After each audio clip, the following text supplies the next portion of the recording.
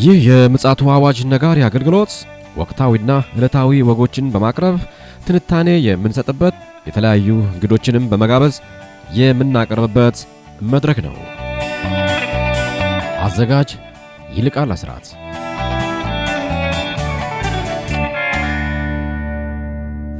እንደምናመሻችሁ ውድ የምጽአቱ አዋጅ ነጋሪ አድማጮቻችን፣ ሰላም ለእናንተ ይሁን። በዛሬው በዕለተ እሁድ ምሽት ላይ በድጋሚ ተገናኝተናል። በአሁኑ ሰዓት እንግዲህ በመስቀል አደባባይ የነበረው የወንጌል ድግስ ድንቅ በሆነ አዘጋግ ተዘግቷል።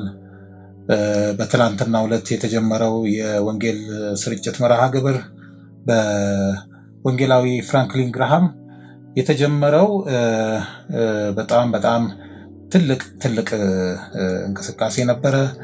የወንጌሉ መልእክት ራሱ በጣም ልዩ ነበር። በዚሁም ደግሞ ከ1000 በላይ ነፍሳት እንደዳኑ ለማወቅ ችለናል። ይሄ ደግሞ በጣም የሚያስደስት ነገር ነው። በተጨማሪም እንግዲህ ዛሬም መርሃ ግብሩ በመጠናቀቅ ላይ ይገኛል። በአሁኑ ሰዓት ይህንን ቃለ መጠይቅ በምናደርግበት ሰዓት እኔ በበኩሌ በጣም ደስተኛ ነኝ። ይህ የወንጌል ስርጭት እንዲካሄድ በተለያየ አጋጣሚ ስንወተውት ነበረ። ያው ምላሽም ተገኝቶለታል። በዚህ ጉዳይ ላይ መጠነኛ ማብራሪያ ይሰጠናል ወንድማችን ፓስተር አለማየሁ ነሙ። እሱም እንዲሁ በሌላ ከተማ የወንጌል ስርጭት ላይ ነበርና ከዛ በመለስ ነው እንግዲህ መስመር ላይ ላገኘው የቻልኩት። እንደምናመሽ ፓስተር። እንደምናመሽ ወንድም ይልቃል። እግዚአብሔር ይመስገን። ያው አንተም በመጠኑም ቢሆን ተከታትለዋል ብዬ አስባለሁ። ይህ ወንጌል ስርጭት እንዴት አየኸው? በእውነት በጣም ደስ የሚል እግዚአብሔርን ያከበረ ነገር ነው። ምክንያቱም ከምንም በላይ ወንጌል መሰበኩና በተለይ በትናንትናው ዕለት በፋና ቴሌቪዥን ለመላው ኢትዮጵያ በዓለም ዙሪያ ላሉ ሁሉ ሲሰራጭ ስለነበረ በሁሉም የሀገራችን የሚዲያዎች በቀጥታ ስርጭት ሲካሄድ ነበረ። በተጨማሪ ማለት ነው እና ምንድነው እኛ እንጮህ የነበረው ይሄንን ነው። ይሄ ነገር ደግሞ ልክ እንደው በአመት እንደ ጠበል እንዳይሆን ቀጣይነት ያለው እንዲሆንና አጥቢያዎች ይህንን አሁን እየተቀጣጠለ ያለውን የወንጌል ስራ የበለጠ ማቀጣጠል እንዲችሉ እናበረታታለን። ለካውንስሉ ከልብ የሆነ ምስጋና እናቀርባለን። ምክንያቱም የቤተ ክርስቲያን ረሃብ የክርስቶስም ረሃብ ወንጌል ለፍጥረት እንዲደርስ ነው። ቤተ ክርስቲያን በምድር ያለችው የተለያዩ ነገሮችን ልትሰራ ትችላለች በተጓዳኝ፣ ግን በዋናነት ስራው እሱ አይደለም። በዋናነት የተጠራችበት ተልእኮ ወንጌል ነው። የእግዚአብሔር መንግስት ማስፋት፣ የልጁ የኢየሱስ ክርስቶስ ሞትና ትንሣኤ መመለስን መስበክ ነው እና የሚድኑትን ደቀ መዝሙር ማድረግ፣ ለጌታ ለኢየሱስ ክርስቶስ ምጽአት ማዘጋጀት ነው። እንግዲህ እነዚህ የዳኑትን ደግሞ የተቀበሉ አጥቢያ ቤተክርስቲያኖች እንዳሉ ይሰማኛል። የተቀናጀ ስራ እንደነበረ ለመከታተል ችያለሁ እና ስለዚህ እነዚህ ደግሞ የዳኑትን ሰዎች ቸል ማለት የለባቸውም። ስለዚህ እነሱን ተከታትሎ አስተምሮ አጥምቆ ደቀ መዝሙር አድርጎ ለአገልግሎት ማብቃት ደግሞ ቤተክርስቲያን ይጠበቅባታል እና ይህንን አደራ ልንል እንወዳለን። እግዚአብሔር ይባርካቸው። የካውንስሉም ሆኑ የህብረቶቹ መሪዎች እግዚአብሔር አብዝቶ ይባርካቸው እንላለን። ይተባረኩ። አሜን። እንግዲህ ይህንን ካልኩኝ ሰሞኑን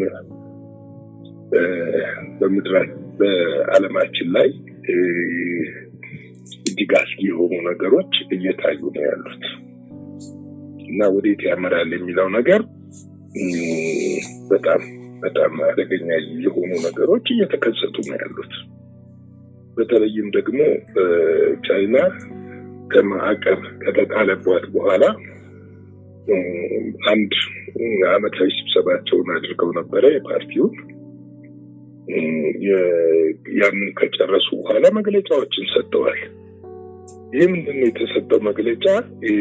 ቻይና በአሜሪካ መካከል ያለው የቃላት ጦርነት መቀጠል ብቻ ሳይሆን ይህ የቃላት ጦርነቱ ኃይለ ቃል የተጨመረበት ነው። እንግዲህ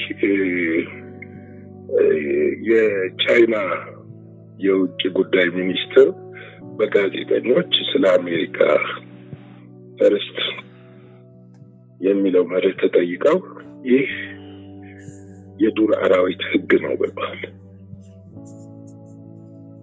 ማንም ሀገር ቻይናን እጨቁናለሁ ወይም በሌላ ደግሞ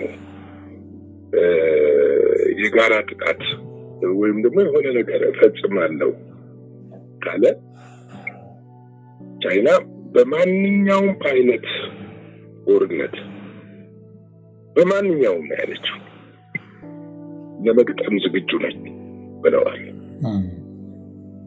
ይሄ ማለት ከባድ ነው።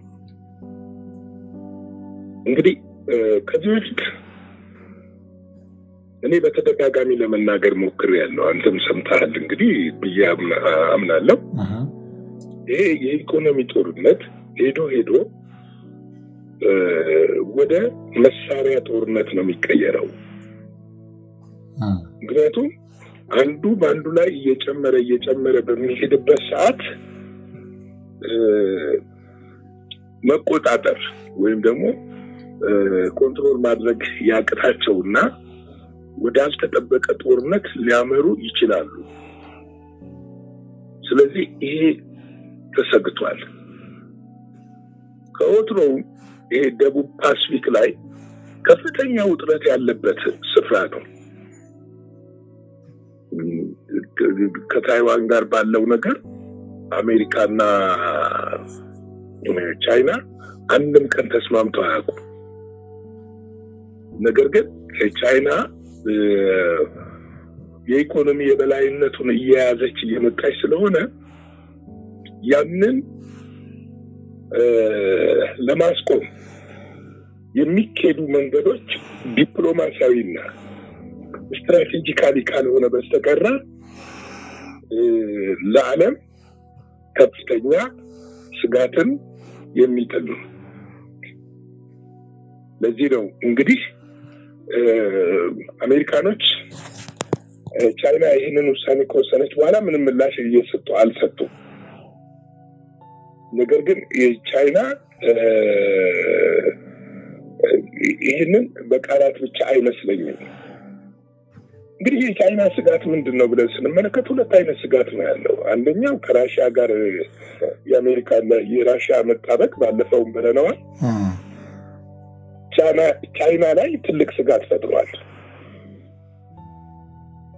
ደግሞም ይሄ ብቻ ሳይሆን አሁን ራሺያ አሜሪካንና ኢራንን በኒኩለር ጉዳይ ለማደራደር እየሄደችበት ያለው ርቀት የቻይና ፖለቲከኞች ራሻን በጥርጥር አይን እየተመለከቱ ነው። ይሁን እንጂ የራሻ የውጭ ጉዳይ ሚኒስትር ሰርጌይ ላቭሮቭ ከቻይና ጋር ያለን ግንኙነት ጥንታዊ፣ ታሪካዊ፣ ወዳጃዊ ስለሆነ አይለወጥም ብለዋል። አይለወጥም፣ በምንም የምንለውጠው አይነት ጉዳይ አይደለም ነው ያሉት። ስለዚህ ዓለማችን አሁን እየሆነች ያለው ነገር በጣም አስጊ እየሆነ መጥቷል። ይሄ ብቻ አይደለም። ሰሞኑን አሁን እኛ በአብዛኛው አውሮፓ ዘለንስኪና ስለ አውሮፓ ትርምስ ነው እየዘገብን የነበረው። ሰሜን ኮሪያም ከፍተኛ ወታደራዊ ዝግጅት እያደረገች ነው። እንደውም ከደቡብ ኮሪያ ጋር አንዳንድ ያልተገቡ ነገሮች እየተከናወኑ እንደሆነ ለመመልከት ችለናል። ይሄ ደግሞ በተለይም ዓለማችን የሚያሰጋ ነው። ምክንያቱም እንዴት ነው የሚያሰጋው? እስቲ አንድ ነገር ከወታደራዊ አቋም አንፃር እንመልከት። ቻይና የኒኩለር ባለቤት ነች። ሰሜን ኮሪያ የኒኩለር ባለቤት ነች። አሜሪካ የኒኩለር ባለቤት ነች። ተመልከት።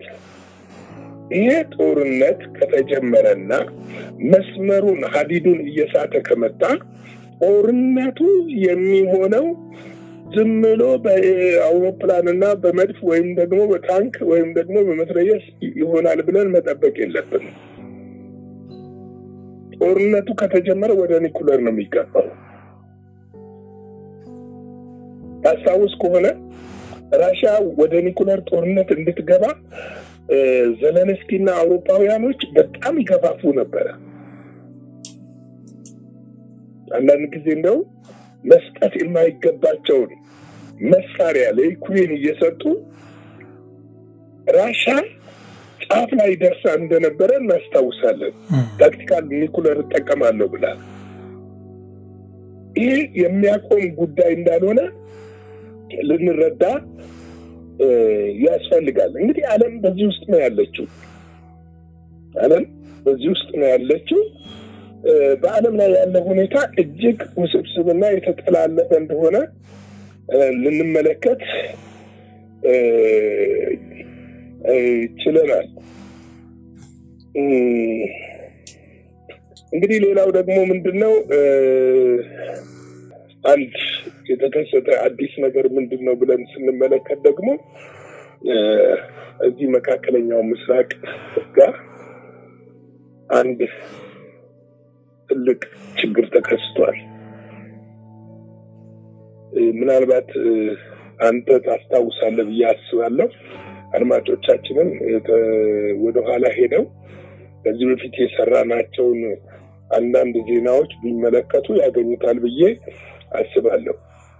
ሶሪያ ልትረጋጋ አትችልም ብለን ነበር። ምክንያቱም ሶሪያ የማትረጋጋበት ምክንያት አንደኛው የእግዚአብሔር ቃል ደማስቆ ባድማ ትሆናለች ስለሚል ነው። መነሻችን የእግዚአብሔር ቃል ነው። ስለዚህ ከዚህ የተነሳ እስከዛሬ ድረስ የቀጠለ ሰሞኑን የጀመረ በአዲሱ መሪና የሶሪያው መሪ ማለት ነው ሰራዊትና በቀድሞ የአሳድ ወታደሮች ተበትነው የነበሩ ወታደሮች ከፍተኛ ውጊያ ተደርጓል። ይህ ውጊያ እንዴት ነው? ውጊያው ከፍተኛ ነው ስልህ ወደ 70 ሰዎች ተገለውበታል። 70 ሰዎች ሞተውበታል። 70 ሰዎች ብቻ መሞት ሳይሆን የአሳድ ወታደሮች አንዳንድ ቦታዎችን መቆጣጠር ችለዋል። ስለዚህ ይህ ስጋት እየጨመረ እንደሚመጣ የሚያሳውቅ ነገር ነው። ምክንያቱም በጦርነቱን የጀመሩት በስተሰሜን በኩል ነው። ከሰሜን ሶሪያ ነው የተነሱት። እንደውም የበሽር አልአሳድ የትውልድ ስፍራና የአንዳንድ የጦር ጀነራሎች የተወለዱበት ስፍራ እንደሆነ ያ ስፍራ ይነገራል። ሌላው ደግሞ እንደ ምክንያት የተነሳው አሁን ያለው የሽግግር መንግስት የሀገሪቱ ሉዓላዊነት ማስጠበቅ አልቻለም የሚል ነው። እንደምታውቀው እስራኤል በተደጋጋሚ እየገባች ትደበድባለች። መደብደብ ብቻ ሳይሆን ደቡብ ሶሪያን በከፊል ተቆጣጥራለች። ስለዚህ ይህን ጥያቄ በማድረግ ከፍተኛ ውጊያ እየተደረገ ነው። እንደገና ትናንት ሲጨፍር ሲደሰት ነፃ ወጣን ብሎ የነበረው ህዝብ እንደገና ወደ ስደት ደግሞ ለመሸሽ እየተገደደ መጥቷል እና ይሄ የእርስ በርስ ጦርነት ስለሆነ በጣም አስቸጋሪ ነው የሚሆነው። እንግዲህ ከሶሪያዎች ማለት ከአሳድ አንጃዎች ጀርባ ብዙዎችም የሚናገሩት ነው ኢራን አለች ነው የሚባለው። ተመልከት፣ ኢራን አለች። ከዚህኛው ጀርባ ደግሞ አሁን በሽግግር መንግስቱን ከሚመራው አህመድ ማን ነው የሚባለው ከሱ ጀርባ ደግሞ ቱርክ አለች። ስለዚህ ያ ቀጠና አሁንም የትርምስ ቀጠና ሆኗል። እነዚህ እንግዲህ የምንመለከታቸው ነገር የእግዚአብሔር ቃል በትክክል የሚናገረው ነገር እንደሆነ ልናውቅ ያስፈልጋል። እንግዲህ ስለ ሶሪያ ቀደም ሲል በሕዝቅኤል ላይ የተነገሩ ትንቢቶች አሉ። ባድማ እንደምትሆን፣ እንደምትፈራረስ፣ መረጋጋት እንደማትሆን እንደውም መጽሐፍ ቅዱስ ሲናገር የመንጋ ወይም ደግሞ የአውሬዎች መፈንጫ ትሆናለች ነው የሚለው እና በዛ በተለያየ ቦታ ላይ ያሉ አንጃዎች አሁንም ስምምነት የለምና ቀጠናው በዚህ መልክ ከፍተኛ ውጥረት ውስጥ ገብቷል ማለት ነው። እንግዲህ አድማጮቻችን ዓለም በዚህ ቀን አሁን በያዝነው ቀን ደግሞ ምን ትመስላለች የሚለውን ነገር እጅግ ሰፊ ነው። ብዙ ነገሮች ናቸው ያሉት። ነገር ግን የተቀሩትም በነገው ባሉም ፕሮግራሞች ይዘን እንቀርባለን። ለዛሬው ግን ይሄንን ይመስላል። እስቲ የእግዚአብሔርን ቃል ደግሞ እንካፈልና ከኛ የሚጠበቀው ምንድነው የሚለውን ነገር ዓለም ወደ ፍጻሜ እየሄደች ከሆነ በየቦታው ትርምስ ያለበት ሁኔታ ነው ያለው። እንትን ይመስላል፣ የእብድ ከተሞች ይመስላል የዓለም ሁኔታ ስትመለከት። ትናንት የተወሰኑ ውሳኔዎች ዛሬ ይሻራሉ፣ ዛሬ የተወሰኑ ውሳኔዎች ደግሞ የተሻሩ እንደገና ደግሞ ዛሬ ይወሰናሉ። መላቅጡ የጠፋለት ነው እና ብዙ የፖለቲካ ተንታኞች እና ወታደራዊ ጠበብቶች የሚናገሩት ምንድነው ወደ አይቀሬ ወደ ሆነው ወደ ሶስተኛው ዓለም ጦርነት ዓለም እያመራች ነው እያሉ ነው። ለምን በዚህ ሳምንት ብቻ ስንመለከት በአውሮፓ የሚገኙ 20 አገሮች ወታደራዊ በጀታቸውን ከ2% ወደ 4% ማሳደግ ችለዋል በጥፍ። ይህ ምንን ያመለክታል የሚል ነው። ቻይናም ወደ 7% ወታደራዊ በጀቷን አሳድጋለች። እንግዲህ አገሮች የወታደራዊ ዝግጅት እያደረጉ ያሉበት ወቅት ነው። ስለዚህ እኛ ምንድነው የምናደርገው? እግዚአብሔር ቃል በፊልጵስዩስ ምዕራፍ 1 ከ3 እስከ 6 እስከ 7 ያለውን ክፍል እስቲ እንመልከተው። ትንሽ ሁልጊዜ በጸሎት ሁሉ ስለናንተ ሁሉ በደስታ እየጸለይኩ ከፊተኛው ቀን እስከ ዛሬ ድረስ ወንጌልን በመስበክ አብራችሁ ስለሰራችሁ ባሰብኳችሁ ጊዜ ሁሉ አምላኬን አመሰግናለሁ። እንግዲህ መጸለይ እንዳለብን ነው አንዱ መረዳት ያለብን። ሁለተኛው ወንጌልን መስራት እንዳለብን። ወንጌል የሚያቋርጥ ስራ አይደለም። በምድር በክርስቶስ ኢየሱስ አምነን የዳንን ቅዱሳን የተሰጠን አደራ ቢኖር ይሄ የወንጌል አደራ ነው። ጳውሎስ እነዚህ የፊልጵስዩስ ሰዎችን የሚላቸው ነገር ምንድነው? አብራችሁኝ ይላል። እስከ ዛሬ ድረስ ወንጌልን በመስበክ አብራችሁ ስለሰራችሁ ይላል። ወንጌል በጋራ በግል በሁሉ ነገር ልንሰራ የምንችለው ጉዳይ ነው። ዓለም እየከፋች እየሄደች ነው። ይህን እንቅፋት ከዚህ በኋላ ይቀንሳል ወይም ደግሞ ወደኋላ ይመለሳል ብሎ ማሰብ ሞኝነት ይመስለኛል። እኔ ብዙ ጊዜ መልእክቶቹን የምትከታተሉ ከሆነ የዛሬ 20 ዓመት የነበረው ከ10 ዓመት በፊት አልነበረም። የዛሬ 10 ዓመት ያለው የዓለም መረጋጋትና ሰላም አሁን ላይ የለም። ተመልከቱ። በተለይም ከ5 ዓመት ወደዚህ በዓለም ላይ ያለው ለውጥ እጅግ እየፈጠነ የመጣበት ጊዜ ነው። እጅግ እየፈጠነ።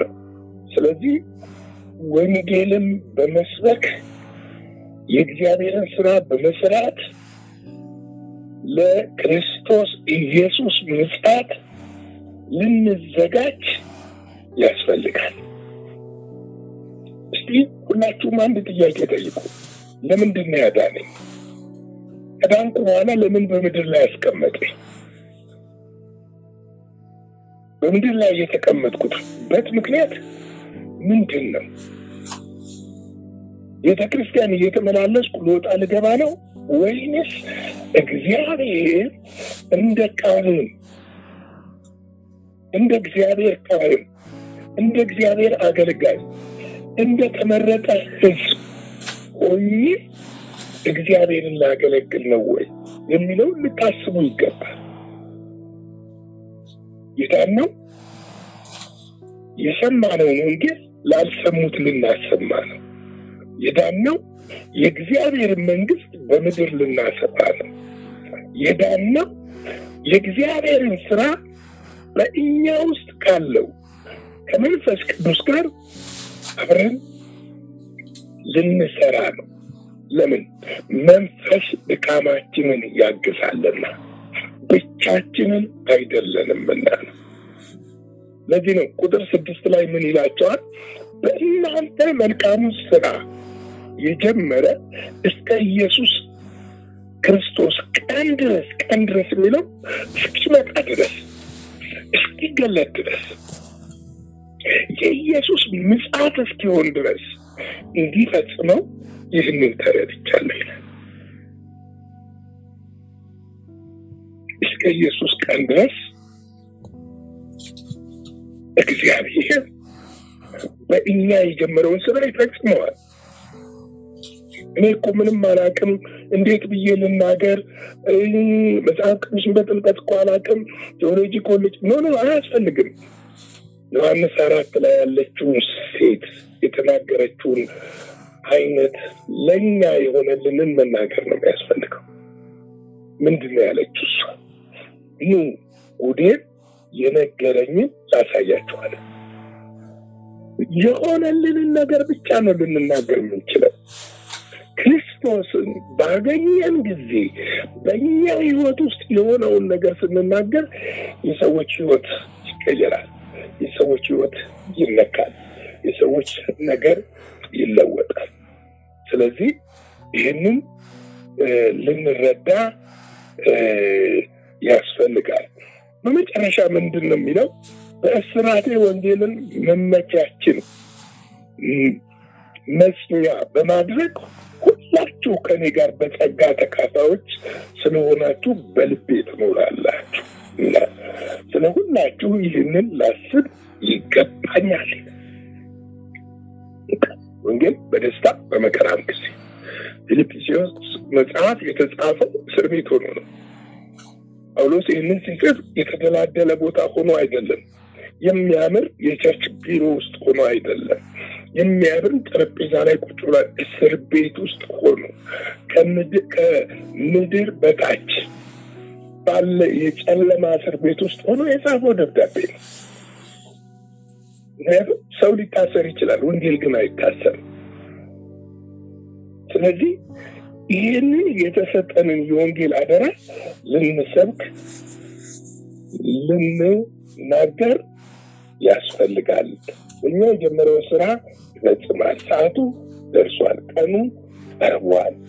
የኢየሱስ ክርስቶስ ምጽአት በደጅ ነው። መለከት ሊነፋ ዝግጅት እየተደረገ ነው። መቼ ነው ሰዓቱ አናውቅም። እኛ ግን በእኛ የጀመረውን ስራ እንዲፈጽም በቅደን ራሳችንን በመስጠት የተሰጠንን የወንጌል አደራ ልንወጣ ያስፈልጋል ብላለው። ተባረኩልኝ። ላይክ፣ ሼር፣ ሰብስክራይብ አድርጉ። እንግዲህ ለብዙ ሰዎች ይህ መልእክት እንዲደርስ ሼር ብታደርጉ ብዙ ሰዎች ይጠቀሙበታል ብዬ አምናለሁ። እንግዲህ እግዚአብሔር ደግሞ በልባችሁ እንደሞላ እንዳሳሰባችሁ በስክሪኑ ላይ በምትመለከቱት አድራሻዎች፣ ባንክ አካውንቶች እንዲሁም ደግሞ በጎፈንድሚ ይህንን አገልግሎት መደገፍ ትችላላችሁ። እግዚአብሔር ይባርካችሁ። ተባረኩልኝ። እግዚአብሔር ጸጋ፣ ሰላም ከእናንተ ጋር ይሁን። መልካም ምሽት። እግዚአብሔር አብስቶ ይባርክ። ፓስተር አለማየሁ ያው ከወንጌል አገልግሎት ተመልሰ እንደገና የወንጌልን እውነት አብስረህናል። ወቅቱን ያማከለም ስለሆነ ትክክለኛውንና የጊዜውን መልእክት ነው ያቀረብክልን። እኛም እንግዲህ በዚህ በሰማነው መልእክት ደግሞ ወደ መሰማሪያው እንድንሰማራና በተለይም ደግሞ የመከሩ ስራ በጣም ሰፊ ስለሆነ በዚህ ላይ በመረባረብ መከሩን ማሰባሰብ አለብን የሚል መልእክት ማስተላለፍ እንፈልጋለን። የእግዚአብሔርም ዋነኛ አጀንዳው ይሄ ስለሆነ በዚህ አቅጣጫ ላይ ቅዱሳን ወገኖች ይህን የምትሰሙ ማንኛውም ቦታ ላይ ያላችሁ ወገኖች በዚህ እርሻ ላይ እንድትሰማሩ አበክረን ማሳሰብ እንፈልጋለን። የእግዚአብሔር ምሕረትና ጸጋ ምንጊዜም ከኛ ጋር እንዲሆን እንመኛለን። የዛሬው የምሽት እንግዲህ መልእክትና መረጃ ይህን ይመስላል። እንደ እግዚአብሔር ፈቃድ በነገው ዕለት የምንገናኝ ይሆናል። እስከዚያው ድረስ መልካም ጊዜና ምሽት እንዲሆንላችሁ እንመኛለን። ደህና እደሩ። አዘጋጅና አቅራቢ ይልቃል አስራት ነበር። ለዛሬ ያዘጋጅንላችሁ ይህንን ይመስላል። በሌላ ጊዜ በሌላ ርዕሰ ጉዳይ እንገናኛለን። የምጽአቱ አዋጅ ነጋሪ አገልግሎት። መልካም ጊዜ